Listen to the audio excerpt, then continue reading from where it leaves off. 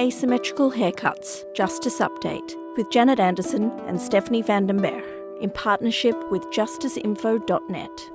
Hi, Steph. Hi, Janet. Oh, every year it comes around. We prepare our gifts. This year we have some special tote bags for people. We look forward to seeing people we haven't seen all year. We really enjoy our annual traditions. Yes, it's Assembly of States parties at the International Criminal Court time. So, Steph, what kind of issues do we expect to be on the menu this time, especially in the corridors?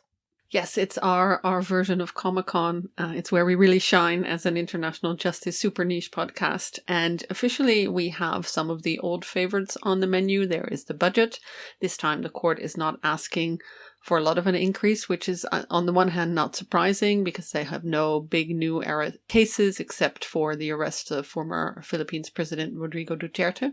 But there have been cyber attacks on the court, and then we've also heard reported the move away from Microsoft, so that can't come cheap. So they are still asking for some money. I would think so, because I do assume that all those cybersecurity measures don't really come cheap. And in terms of potential future cases, we understand that there may be many, many arrest warrants in play, but the judges have since given themselves the full power to make those arrest warrants a secret, or at least a request for arrest warrants. So it's probably not the worst thing, considering how hard it is to arrest anyone for the ICC these days. But that is really a power move from the judges that looks really like it's a reaction to the very public prosecution requests for arrest warrants against Israeli President Benjamin Netanyahu and the former defense minister Yoav Gallant for starvation during the attack on Gaza. And those arrest warrants in particular have clearly caused, I wasn't really sure how to describe this, maybe a split, maybe disquiet, maybe some concern at a minimum among some of the court's supporters, and in terms of what will be discussed by states and civil society at the ASP. I'm sure this is one of the issues that we'll get into with our guest, who is Danya Chaikel, who is FIDH's, that's the International Federation for Human Rights, their representative to the International Criminal Court. Hi, Danya. Hi, great to be here. Nice to see you both.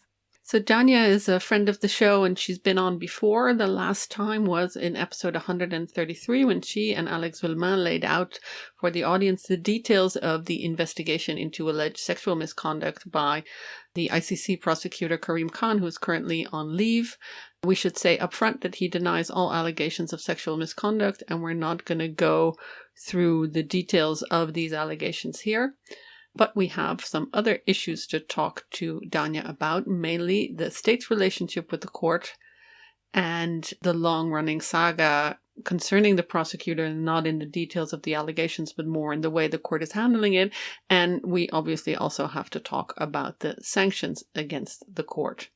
Now, the FIDH, or FIDH, as I'm used to calling it, this is a legacy from my time at the French news agency, has put out a position paper on this, and it's all very interconnected.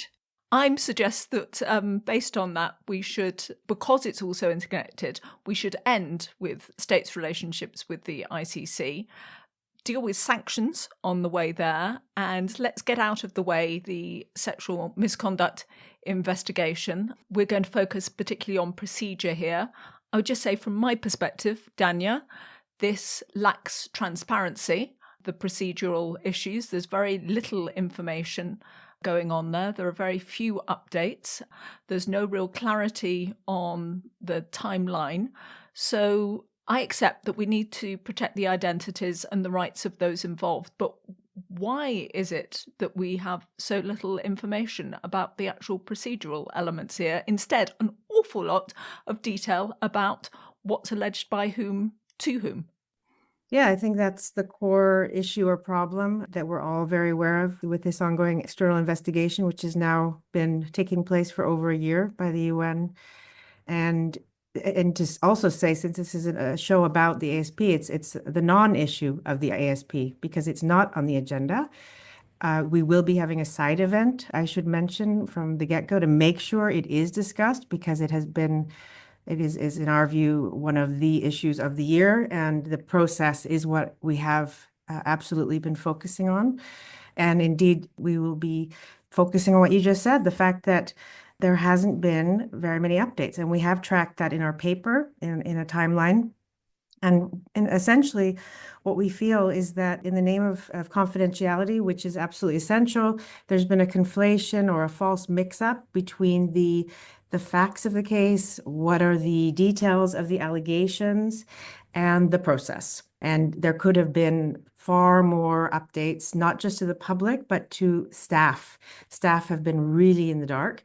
And that's what's led, we believe, in great part to the multiple leaks and what we would say has been a real media frenzy, no offense, but amongst all media outlets on this case and the number of details that may or not be true, but that really makes the court not look like it's handling, and it makes the states look like their process run through the Bureau, mainly the president of the ASP.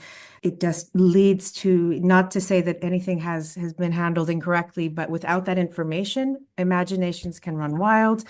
And that can definitely, well, the main problem with that is the ideas and falsehoods about the court itself and the investigations and how they impact the work of the court, the primary accountability work and support for victims and communities. So the impact has been massive. For the people who aren't such regular ICC ASP goers as we are, we should say that the Assembly of State Parties has an official agenda and has like a plenary meetings. And then what makes it spicy and interesting for all of us is they have these side events, which are little lectures, and people put on the experts and NGOs put on the experts they want for things that they are interested in, and different organs of the court do the same. So that is one of the reasons why we like to go there.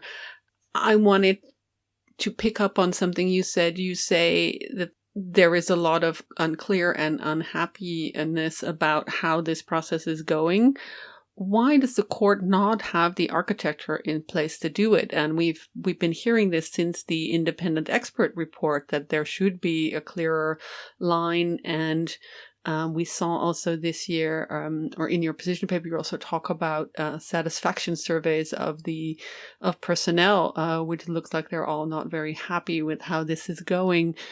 How come after 20 years the ICC does not have the kind of structure to govern how it manages itself and how it manages workplace relations?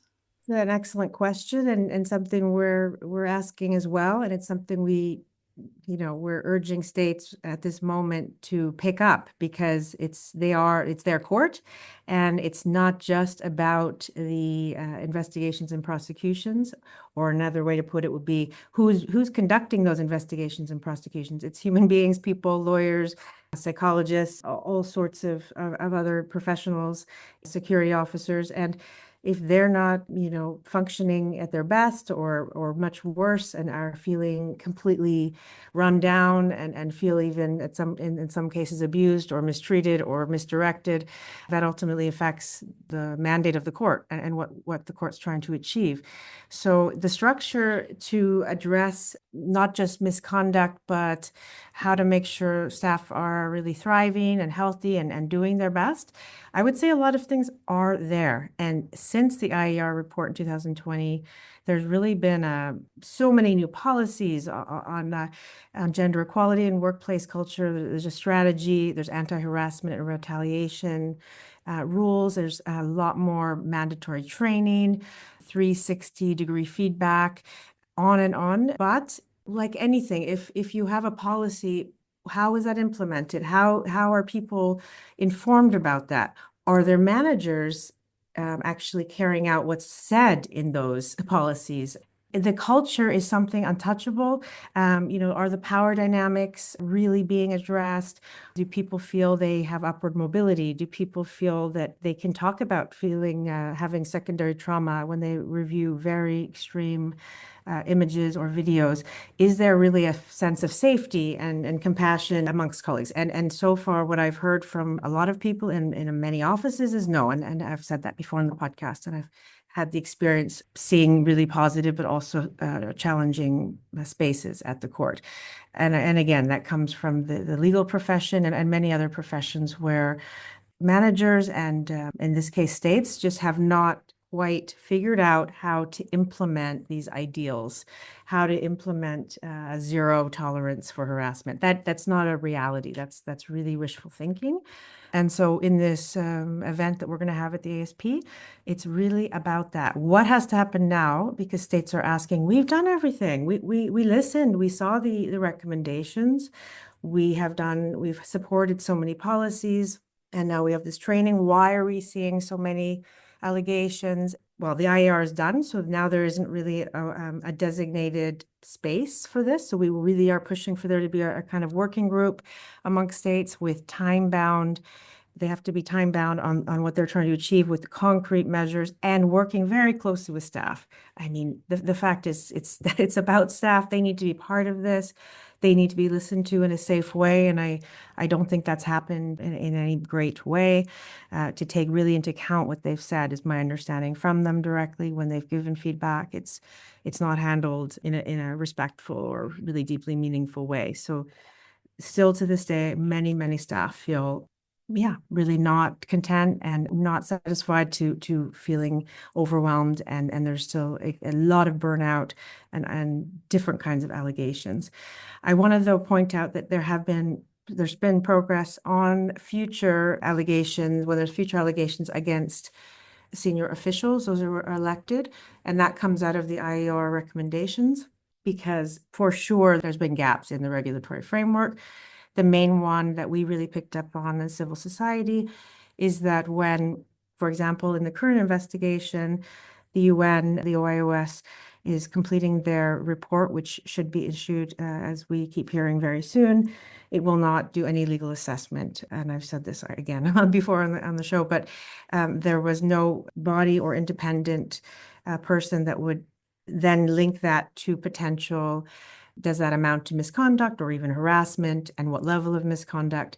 So that will be in place. That's been in place now, and it will be in place for future investigations, either by the IOM or external investigations. There will be a panel where 3 judges will look at the given report and have this is important, a very short time frame of 30 days to do that assessment. And then the decision maker will go ahead and make a decision. So, and I want to point out, we do also very much encourage time limits on the underlying investigation, because over a year for the current one is unacceptable on so many levels. It's an administrative process. This is really unfair for both the elected official, the prosecutor, and also for the complainant victim.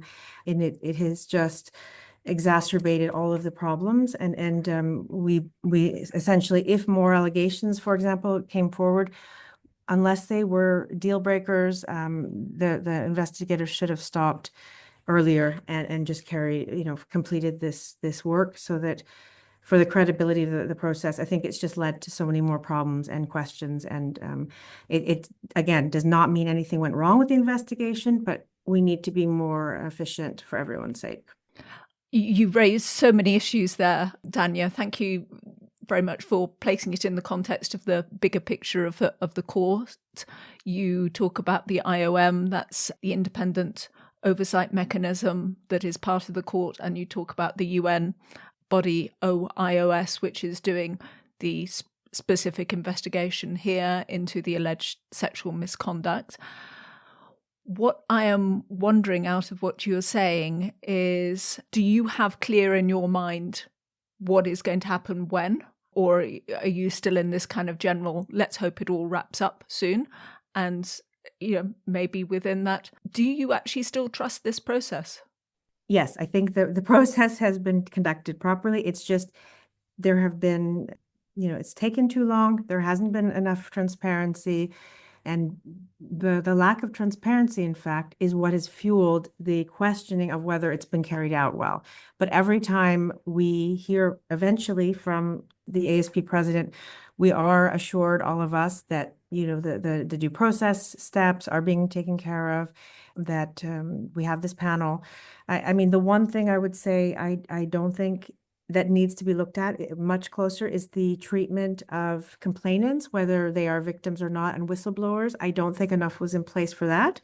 from what we understand, in terms of protection, in terms of psychosocial care, in terms of even information. So I think that's a very big gap that is not written down anywhere, or if it is, it's too vague. And that all of these steps need to be clearly written out so that it's easy for everyone to understand.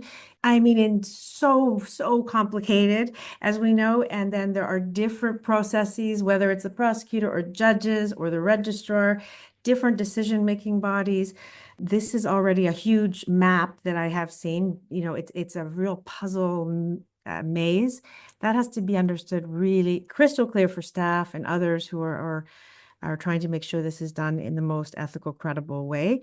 I do think it's mostly there if states want to keep this structure. It's just really filling in all the details and making it accessible and understandable, because for a lot of people right now, they really don't feel comfortable at the beginning of even making a complaint because it's just too complicated and seems overwhelming, and oh my gosh, it might take a whole year even for the investigation. What am I signing up for? I don't think that's very attractive for someone who might be feeling already very stressed about a situation, or for someone who the complaint is against. I think that is unbelievably unfair. So I think that it's parts of it are not done, they need improving. That said, it doesn't touch the investigation itself. When we're looking at unhappiness in staff and stress, we were talking about it, that also kind of maybe fuels the reluctance to come forward, that this investigation has taken so long. What we see at the same time is that the court is under a huge amount of stress because of the sanctions from the United States. We now have 6 judges, 3 prosecutors, the chief prosecutor and his 2 deputies sanctioned, and we see sanctions on Palestinian human rights organizations that investigate alleged abuses in the West Bank and Gaza. That those are the organizations that feed material to the court. Reuters, among others, has reported that there are sanctions there are institution-wide sanctions possibly expected by the Trump administration, because they argue that this is needed to protect their non-NATO ally Israel against illegitimate investigation from the ICC. How does that play into it? That already you have a tense situation in the court with, if you look at work environment, now you heap on the stress of sanctions and the state's replies to it. I'll be honest. I mean, I've been in this field for 15 years in The Hague, and this has been the most difficult, heartbreaking few months, especially since our Palestinian members were designated themselves and now face just unbelievable obstacles just to stay operational, let alone do the documentation work they need to do in Gaza. My heart really goes out to ICC staff and judges and prosecutors, because it's already such a challenging type of work. You already have so many threats and other kinds of challenges and opposition. And now the sanctions you can potentially see, if the whole court is sanctioned, questioning how to keep the lights on, that's even being said out loud. So I have to admit, as someone who works, mainly on the ICC and other forms of justice, this has been, it feels like the ground below us is falling. But I would say right now, we're working as NGOs together with the court, with staff, with states, with the EU. I would actually say the energy is, it's like the ICC president said at ASP last year, this existential moment. But I in fact think it's done something very interesting. It's just made us all get what's really at stake and what is important, and that we need to be stronger together in a much bigger way. And I know when I talk to staff, former colleagues, friends, they really see all the efforts. There's definitely places where we say in our paper that we know need improving, but the energy and the just camaraderie and kind of solidarity, I've never seen anything like that either in these 15 years. So I think it's something very positive to focus on. I spend now at least half of my time on sanctions. So this has taken over focus in many of our desks. So, but it's an interesting moment because it makes you question, why are we doing this work? Who does it affect the most? And let's not forget victims and survivors who have a lot to say about how sanctions affect them, not only those in the situations that the US is targeting. It's so critical for them. And we're also having a first ever survivor-led ICC side event, and they will talk about what the court means to them and how the sanctions threaten that. When you say, we see the sanctions on the people in the court, and we know they can't have bank accounts and they can't have credit cards and they can't travel, but they're supported by the court. Then you have these sanctions on the human rights organizations. We know that it's been reported they can't pay their salaries. They have all these. They can't continue their monitoring. But these are the people who are sanctioned, and you are talking about victims organizations in countries and situations that don't have anything to do with these sanctions, but they are also being affected. How are they being affected? I think it's something that people don't realize how much it's impacting pretty much anyone who works in the international criminal justice space. And we know that's people all over the world. People are terrified. I mean, especially if you have US nationality or if you have family in the United States or any connection, because the threat of being heavily fined, hundreds of thousands of dollars, or being imprisoned up to 20 years. It's no laughing matter. It's led to layoffs in many NGOs that aren't designated themselves even, or people quitting, or just they have to be so cautious that it's changing every single meeting. We have precautions with every single thing we do.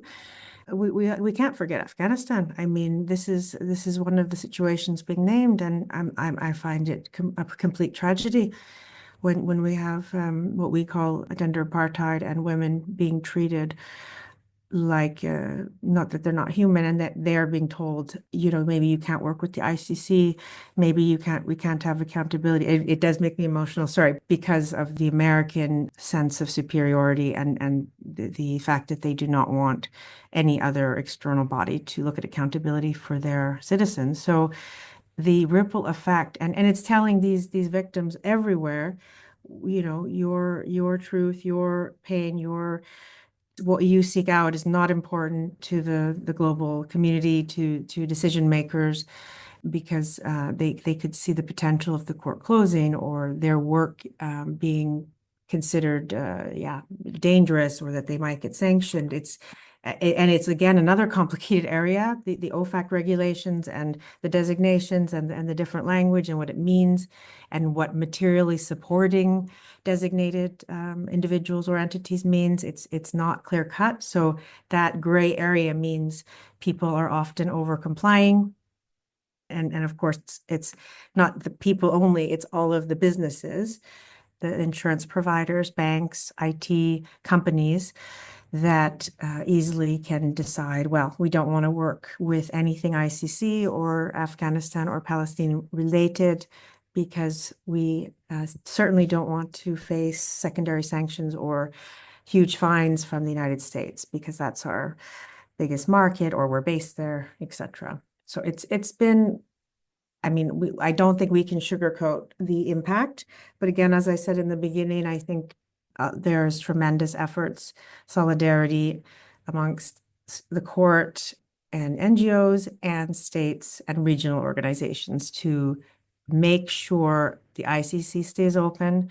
And we are pushing alongside to make sure NGOs can remain operational and continue doing legal work in Europe, which is where the ICC is.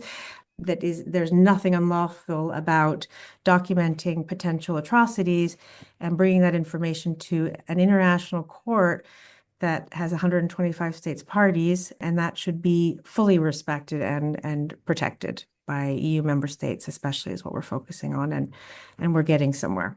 That sounds remarkably positive, that you are getting somewhere with this. I remember when we spoke in preparation for this podcast, you said, of course, I can't say details of what exactly will happen. But can you genuinely say that you think that the court will actually manage to keep the lights on, will manage to survive if there was an actual sanction of the whole entity? I mean, I'll be frank, I wouldn't be still working on it if I didn't. And all of these hundreds of people wouldn't be. But it's about, yeah, financial resilience, being able to continue paying people.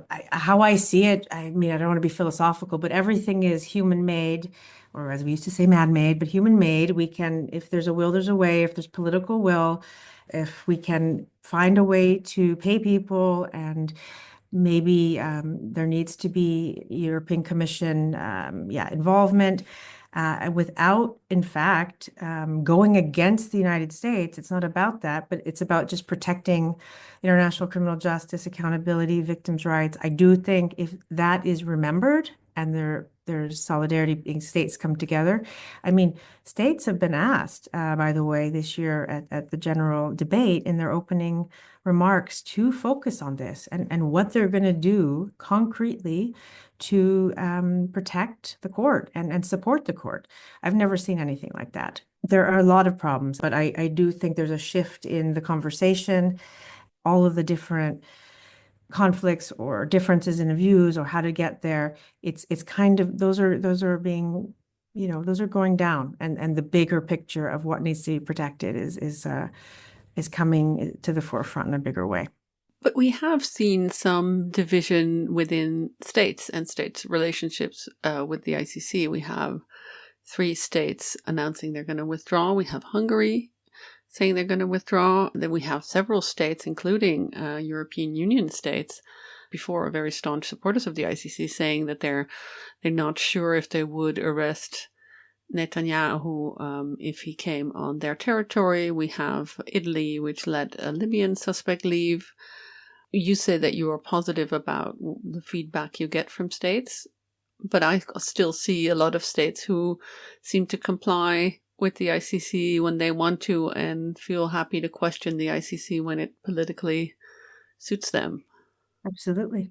That's one of the major problems.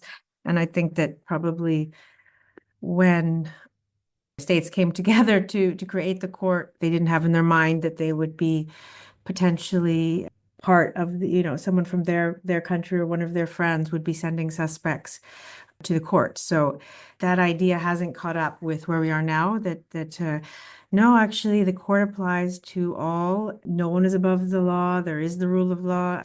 This fundamental principle, which is entrenched in the Rome Statute, hasn't been felt or realized or protected enough by states. And we are very much focusing on that.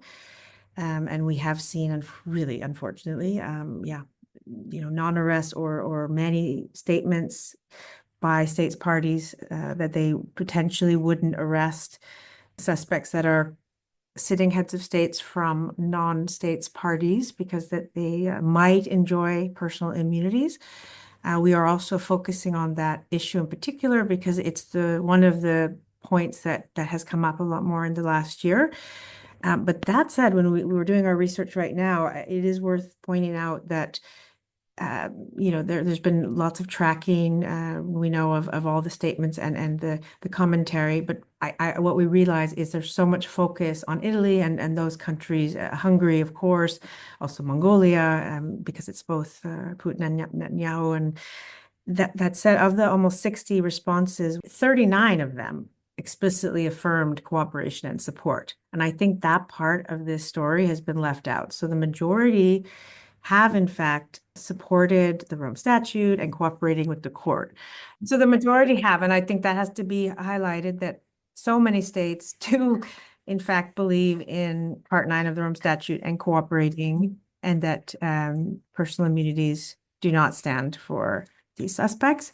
That said, those that have been, raising those hesitations have really created a problem for the court, for its credibility, for what that, specifically on that narrow point.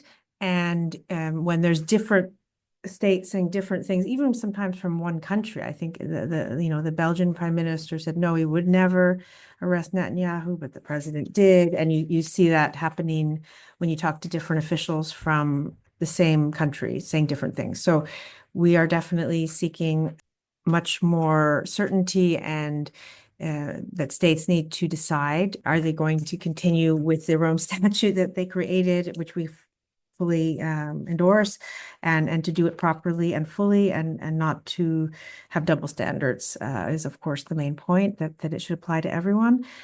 If you actually believe in this project, we need to see this full acknowledgement that the Rome Statute applies to all, and the fact that since World War II, all of these tribunals and the court, the idea is that there shouldn't be immunity. In many other mechanisms and processes, FIDH and others are very much pushing for an end to this, because immunities were never meant to protect people from committing mass atrocities. Let's be really frank about it. And that's really not the purpose. So yeah, and we also see it as another excuse to hide behind politics and protecting friends.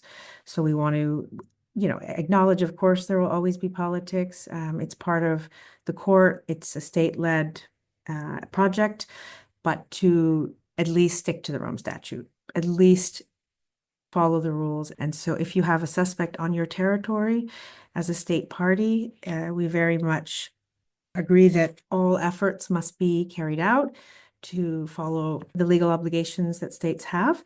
And there's so many ways that can be done. And Canada and others are doing tests, runs with the ICC registry to see what would happen if a suspect arrived in my home, say in British Columbia, in Vancouver, and he or she walks out at the airport. What happens? Their name pops up in a program, in a screening by immigration authorities. So they did that to make sure that the right person is contacted, all of the correct procedures take place, and we don't come into a situation where a person is let go or not surrendered. And I have one last point about the ASP on this. There's the very first time ever, there's a session on non-cooperation. And this looks to be a standing session, and it's very important, and we're pushing. That's the end part of this. There's been now, I think, 18 referrals to the Assembly of States Parties and the Security Council on non-cooperation, but so far pretty much nothing's happened. They've just taken note.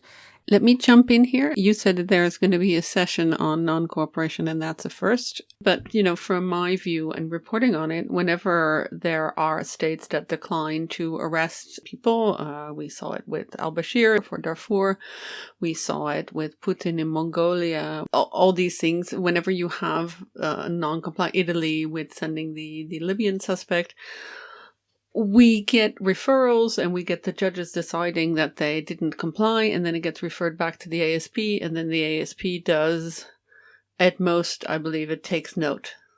And so we tend to say that the ICC has no way to enforce these arrest warrants, and that makes people angry. Because yes, there is a way to enforce it and they could do all these things, but in reality, in 20 years, they don't really do these things. So how can you get states to beef up kind of their response to other states not doing what the Rome Statute says?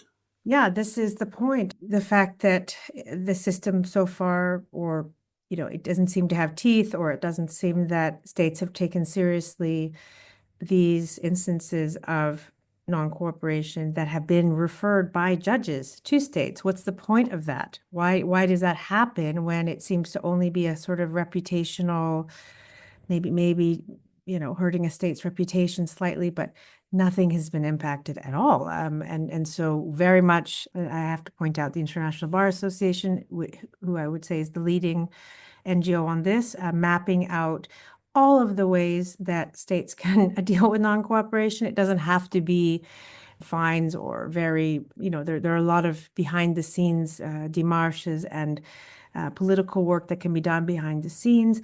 But then practically speaking, losing voting rights or potentially losing access to the advantages of being a state party. Otherwise, there's absolutely no incentive to cooperate. If you have other obligations, or you feel there are other competing obligations to, say, not arrest someone, or there's other, by the way, obligations, so many in terms of sharing evidence or supporting witnesses or letting investigators into your territory. The court, as we know, depends so much on states to cooperate. So we have looked, and there are many practical ways. I mean, for example, issuing a statement has never even happened by the ASP to condemn non-cooperation.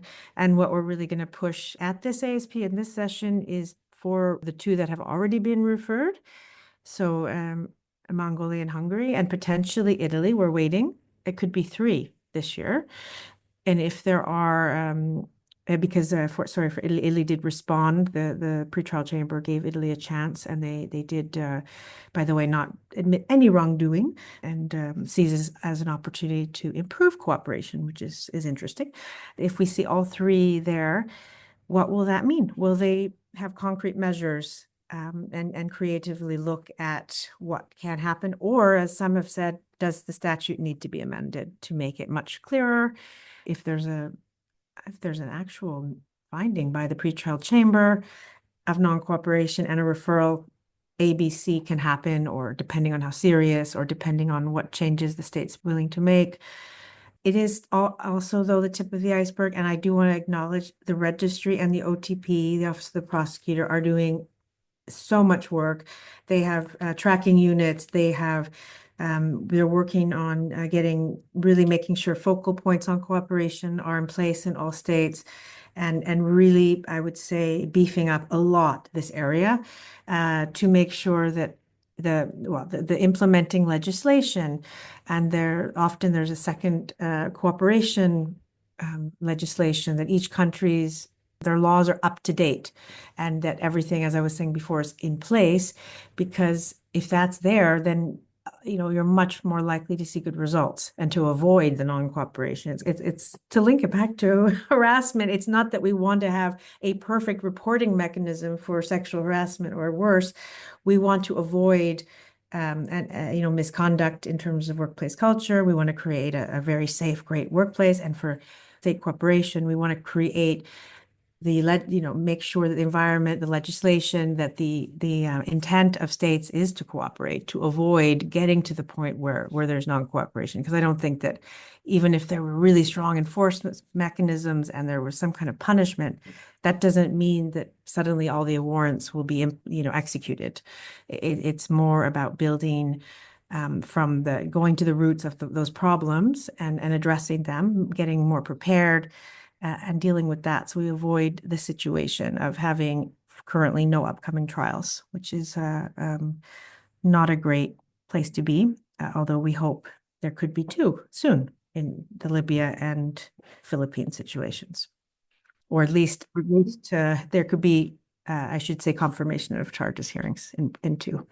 That's maybe a good place to wrap up, Danya, but you've already mentioned various things that we have to go to at the ASP. So there's a side event involving victims. There's another side event around staff and sexual misconduct, potentially. What else should we be looking for at this ASP, apart from listening to whether all the states are actually providing support to the court? And I do want to plug again the victim-centered event, which is Monday night, because one of the reasons this was also really important is, diplomats and states don't often get a chance to directly speak with victims and survivors, which is a huge gap, because they're making all these decisions without talking to the people it impacts the most. The registry has been tasked with updating the victim strategy of the ICC. And in our paper, we outlined how we don't feel that victims themselves have been engaged with on, again, a strategy. This is directly for them and in support of them. While we continue to hear officials, states alike, talking about victims being at the center of the court and the Rome Statute. So we're trying to connect all of those ideas and avoid using phrases like victim-centered justice and trauma-informed when they're hollow. We want to make sure that means something. Sorry, I'm really blunt, because it is very frustrating, especially working with victims and survivors who are like almost laughing when these terms are thrown around, and they haven't even heard from the court in a given situation. So, and I know it's extremely difficult, and the court has very little resources, but we know there's ways to improve it despite that. The other, we mentioned on workplace culture, and then on the Wednesday, there is this event with it is the International Bar Association and FIDH and several other NGOs on arresting suspects of international crimes. And that's where we will be focusing on the immunities. That morning as well, the Independent Oversight Mechanism has an event on their very first public evaluation. One of their functions that some know about is evaluating a policy in office. It can be a variety of things. And until now, they have not been public. But they have a new evaluation policy on the website. And in the policy is that they have to be public. And that's going to be a very beneficial for everybody.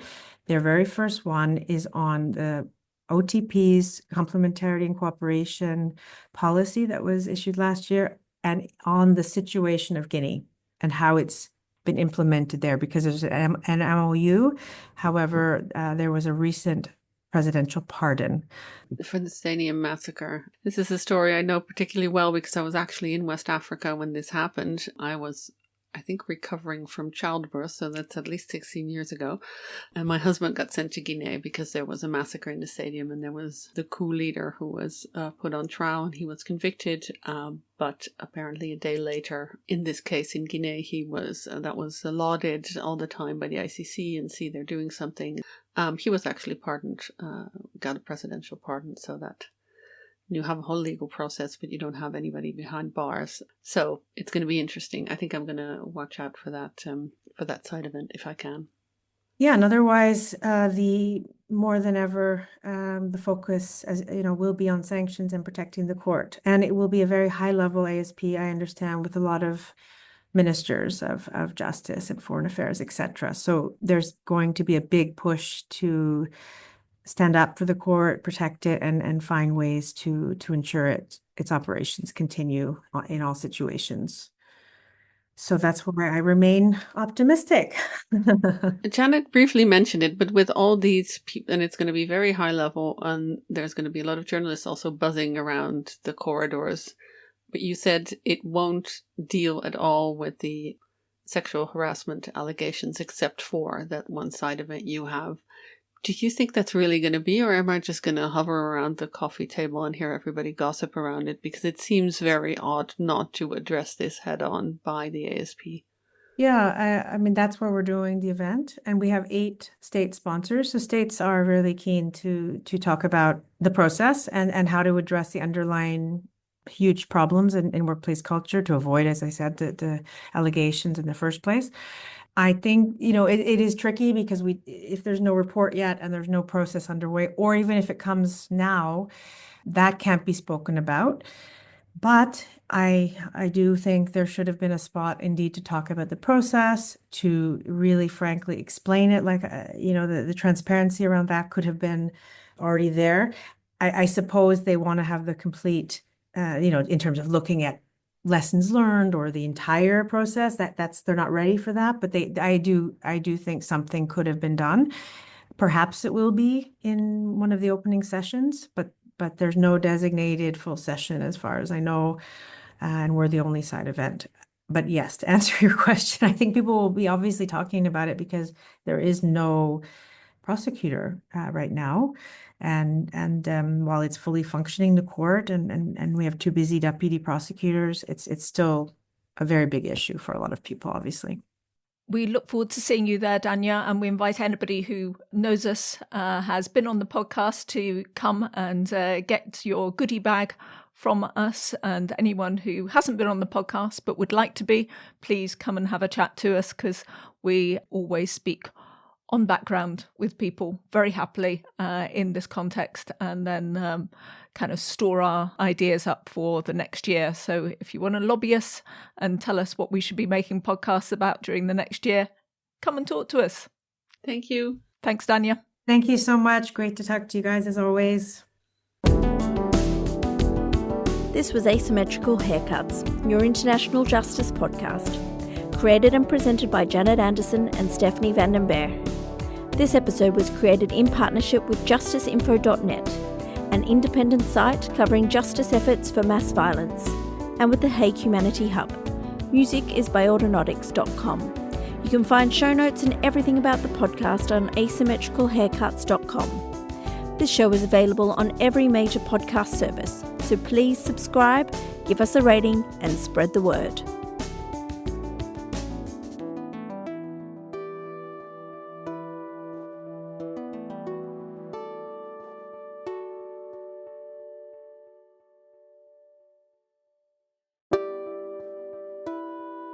Interrupting our regular programming just to say, please come and support us on Patreon and get our newsletter. For the price of just a cup of coffee, you can hear Janet and me talk even more about war crimes and books that we like to read and music that we like to read and what we are doing.